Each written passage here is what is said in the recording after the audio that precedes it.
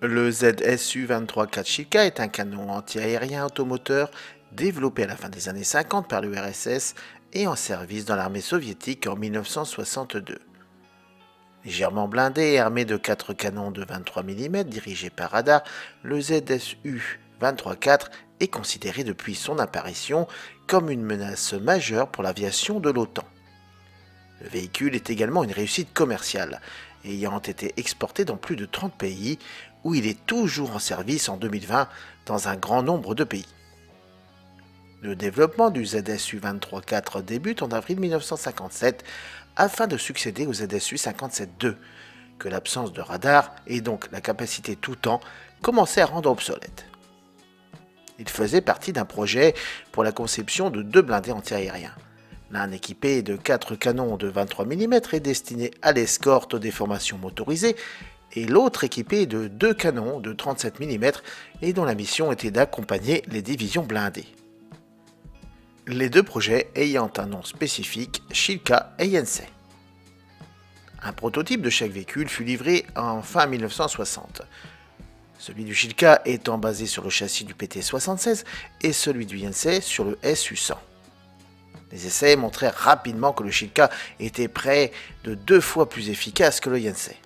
Ce qui mit fin au projet du Yensei et que le ZSU-23 fut ainsi mis le 5 septembre 1962 en production.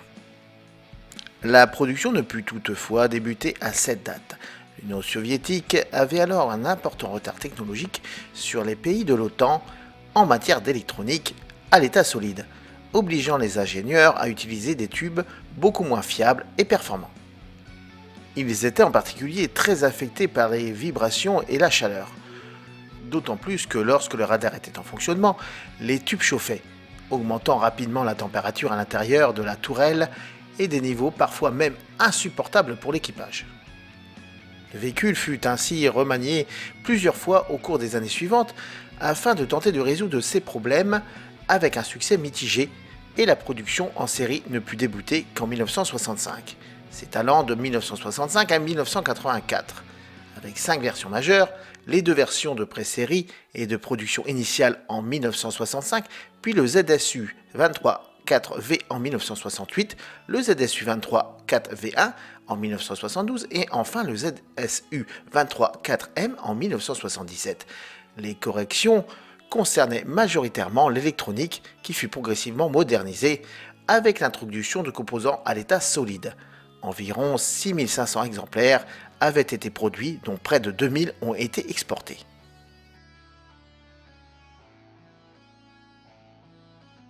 Les soviétiques utilisèrent le ZSU-23 au combat pour la première fois en 1979, pendant la guerre d'Afghanistan.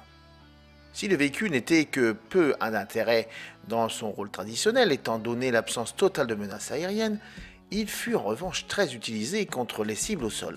La capacité en élévation de ces canons le rendant très utile dans les montagnes afghanes et en milieu urbain.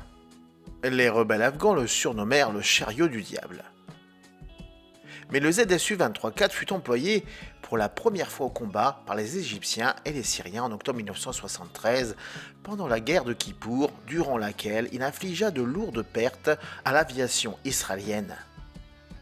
Les appareils israéliens avaient en effet pour habitude de voler à basse altitude pour éviter les missiles sol-air et furent pris par surprise en position vulnérable par les Shilka, dont ils ignoraient la présence.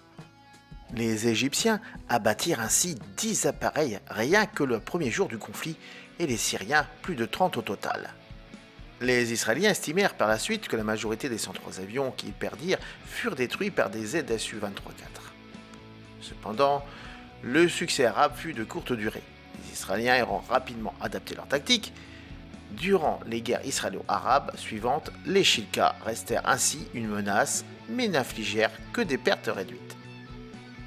Le moteur compte 8 cylindres développant 280 chevaux, ce qui permet de faire atteindre à l'engin de 19 tonnes une vitesse maximale de 50 km/h sur route et de 30 km/h en tout terrain. Son autonomie est de 450 km. Les 4 canons automatiques peuvent tirer chacun une cadence de 850 à 1000 coups par minute, soit un total de 3400 coups à 4500 coups par minute, pour le groupe de 4 canons. La vélocité des munitions en sortie de bouche est de 970 mètres par seconde et leur portée verticale théorique maximale est de 5,1 km.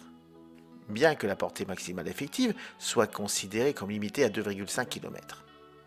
Elle atteint toutefois 7 km contre les cibles au sol en tir horizontal.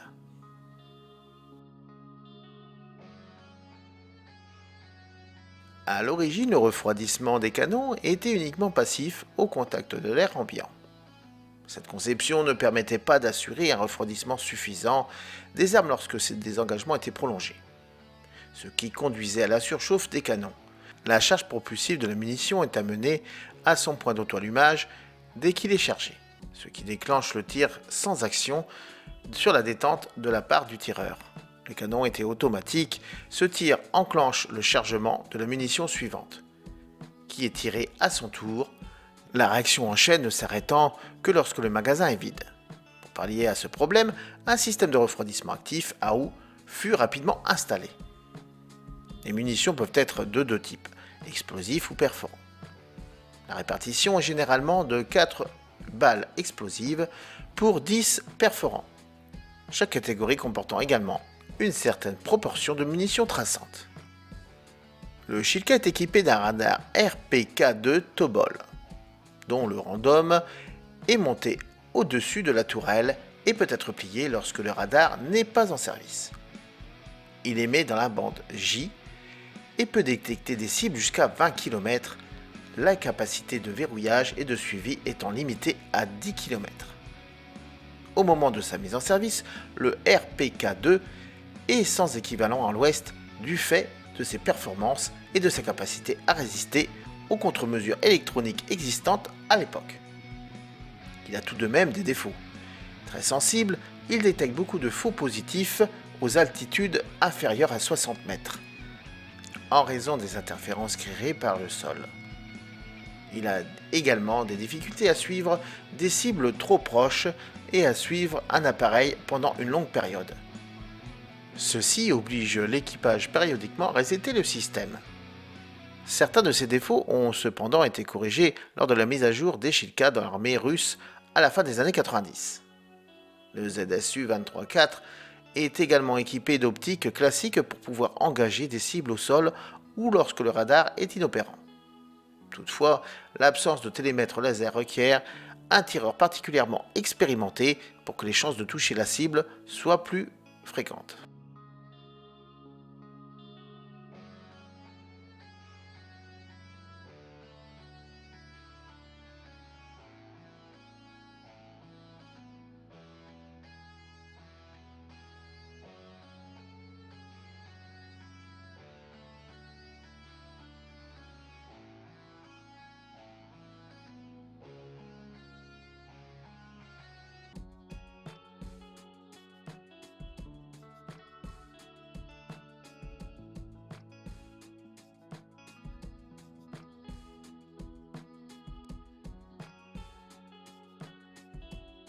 Le système d'armes peut fonctionner selon 3 modes différents.